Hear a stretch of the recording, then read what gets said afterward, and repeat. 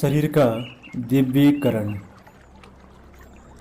पृथ्वी की गुरुत्वाकर्षण शक्ति पदार्थों को ऊपर से नीचे की ओर खींचती है, पर साथ ही प्रकृति का दूसरा नियम भी काम करता है। ऊर्जा द्वारा पदार्थ में हल्कापन उत्पन्न करके उसे नीचे से ऊपर को उड़ाना। वर्षा की बूंदें बादलों से जमीन पर गिरती है, वृक्षों की टहनियाँ भी टूटकर नीचे गिरती है। यह भी देखा जाता है कि उबलता हुआ पानी भाप बनकर ऊपर की ओर उड़ता है। ग्रीष्म ऋतु में हवा नीचे से ऊपर उठती है और आंधी चक्रवात के रूप में धूल कणों को ऊपर की ओर उड़ा ले जाती है। मनुष्य के उत्थान पतन का भी यही क्रम है। लोक प्रचलन में सम्मिलित पतन पराभव का साथी बनकर मनुष्य अपने अस्तित्व को भी निकृष्ट बनाता है। दुर्जन के कुसंग में दुर्गुण सीखता है, कुबुद्धि अपनाता और कुकर्म करता है। किंतु सदा ऐसा ही नहीं होता। सज्जनों की प्राण ऊर्जा के सानिध्य में आकर मनुष्य ऊंचा भी उठता है, उत्कृष्टता अपनाता और सुसम्मत स्तर पर विकसित होता है। मनुष्य पशुता की ओर भी चल सकता है और देवत्व की दिशा में भी अग्रसर हो सकता है। सूक्ष्म शरीर मनुष्य का मध्यवर्ती संस्थान है। उसके लिए भौतिक क्षेत्र में उलझने रहने की भी संभावना है और ऊंचे उठकर देव समाज में सम्मिलित होने का भी। शरीर जड़ है, उसके संचालन में मस्तिष्कीय क्षमता ही कार्य करती है। चेतना को भौतिक जगत की आकर्षण शक्ति भी अधोगामी बना सकती है और ऊर्जा के साथ लिपटकर उसकी लपटें गगनचुम्बी भी हो सकती है। वासना, तृष्णा और अहंता का गुरुत्वाकर्षण इंद्रियों के साथ संबद्ध होकर ऐसी गतिविधियां भी अपना सकता है जो अपने बहिरंग और अंतरंग जीवन में निकृष्टता की भरमार कर दे। और ऐसा भी संभव है कि संयम, आदर्श एवं उदार साहस अपनाकर तथा सज्जनता युक्त महामानवों के साथ घनिष्ठता स्थापित करके ऊंचा उठे। साथ ही यह भी संभव है कि पिछड़ों को बढ़ाने, पतितों को उठाने एवं असमर्थों को सहारा देकर अपनी गरिमा को सार्थक समुन्नत करे। श्रेष्ठता का मार्ग ऐसा है जिसे अपनाकर व्यक्ति स्वयं भी ऊंचा उठता है और दूसरों को उत्कर्ष की दिशा में अग्रसर करता है। नीचे गिरना या ऊपर उठना यह मनुष्य के अपने चयन एवं विवेक पर निर्भर है। सूक्ष्म शरीर मेरुदंड के समान है, उसे मध्यवर्ती भी कह सकते हैं। इसका उपयोग दुर्बल व्यक्ति समर्थों का सहारा लेकर ऊपर उठने के लिए भी कर सकते हैं, जबकि समर्थ व्यक्ति है वातावरण में रहकर अपनी गरिमा भी गंवा सकते हैं। सबरी जगतवंद बनी, जबकि मेनका विश्वामित्र के अधःपतन का कारण बनी। दिशा अपनाने में मनुष्य का स्वेच्छा या चयन ही प्रधान है। शक्तिवान उदार दानवीरों की तरह अपनी संचित तप साधना को अल्प प्राण किंतु व्रतशील लोगों को प्रदान करते और उनके माध्यम से संसार का हित साधन करते हैं। सद्भावना और सत्प्रवृत्तियों को उकसाते हैं। यह सदुपयोग है। समर्थता का दुरुपयोग भी हो सकता है। रावण और दुर्योधन का समूचा परिकर कुमारगामी हो गया था। उनकी निज असक्तता के दबाव में विरोध तक की गुंजाइश इनमें नहीं रही थी। उसे सज्जनता या उदारता का मार्ग कहा जा सकता है कि व्यक्ति अपनी वरिष्ठता की लगाम संभाले रहे और उसे केवल उत्कर्ष के निमित्त प्रयुक्त करे। यूँ कोई चाहे तो पतन और पराभव का मार्ग भी खुला हुआ है। यह व्यवहारिक कार्यक्षेत्र की चर्चा है। उच्च स्तरीय प्रयोगों में सूक्ष्म शरीर की गतिविधियां संचय करने के लिए और वरिष्ठता की दिशा में प्रयुक्त करने के लिए होती है। चमत्कार दिखाने और सिद्धियों की खिलवाड़ करने में सूक्ष्म शरीर मदारी व बाजीगर स्तर की भूमिका निभाता है। उस खिलवाड़ में अपने पूर्व उपार्जन को भी गंवा बैठता है, चापलूसों और जेब कटों से घिर जाता है और उनको अनुचित लाभ पहुंचाने का चस्का लगाकर अपनी वरिष्ठता को गंवाता चला जाता है।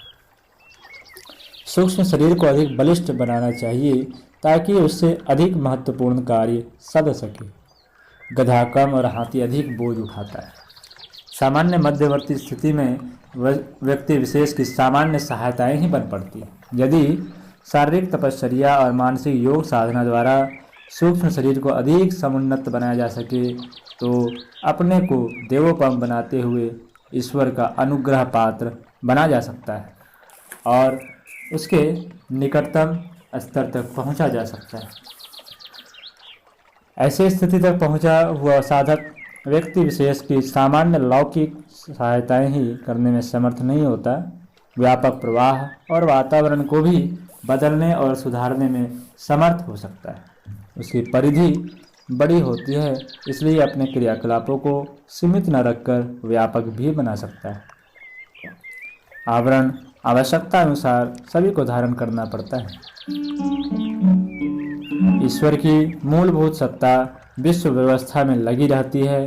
ब्रह्मांड का जड़ कलेवर कल्पनातीत विस्तार का है। फिर प्राणी परिकर का भी स्वरूप बुद्धि के लिए अगम्य है। पृथ्वी पर दृश्य और अदृश्य अगणित प्राणी प्रजातियां, फिर पृथ्वी जैसी जीवनधारी पिंड इस ब्रह्मांड में अनेकों हैं।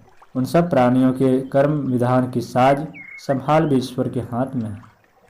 इतना विस्तार संभालने में ही ईश्वर की मूल सत्ता संलग्न रहती है। उसके लिए यह संभव नहीं कि मनस्थितियों एवं परिस्थितियों का संतुलन बैठाने में ही लगा रहे। यह कार्य उन देव मानवों का है जो ईश्वर का सानिध्य प्राप्त करके उसी की क्षमताओं को उपार्जित कर सके।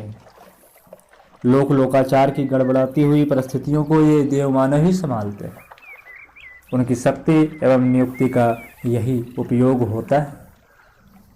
मलिनता उत्पन्न होते हुए रहना स्वाभाविक है।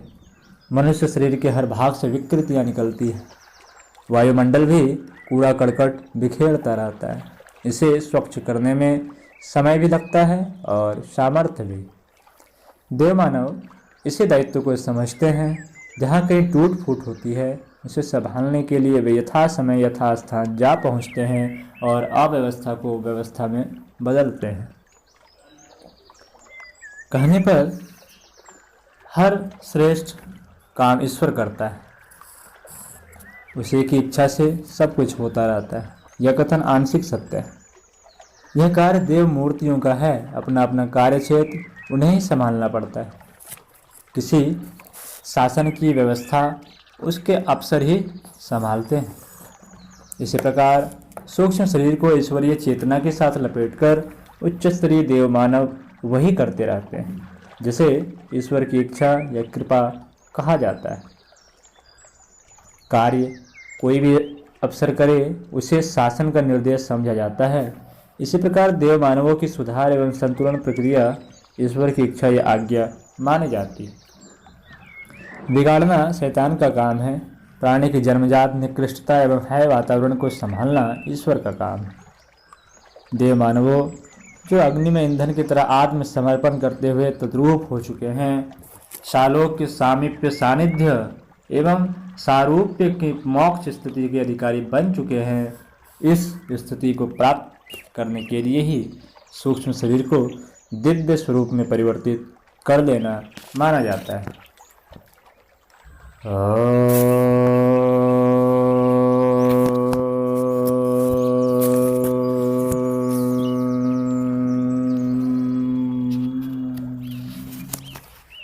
शांति शांति शांति।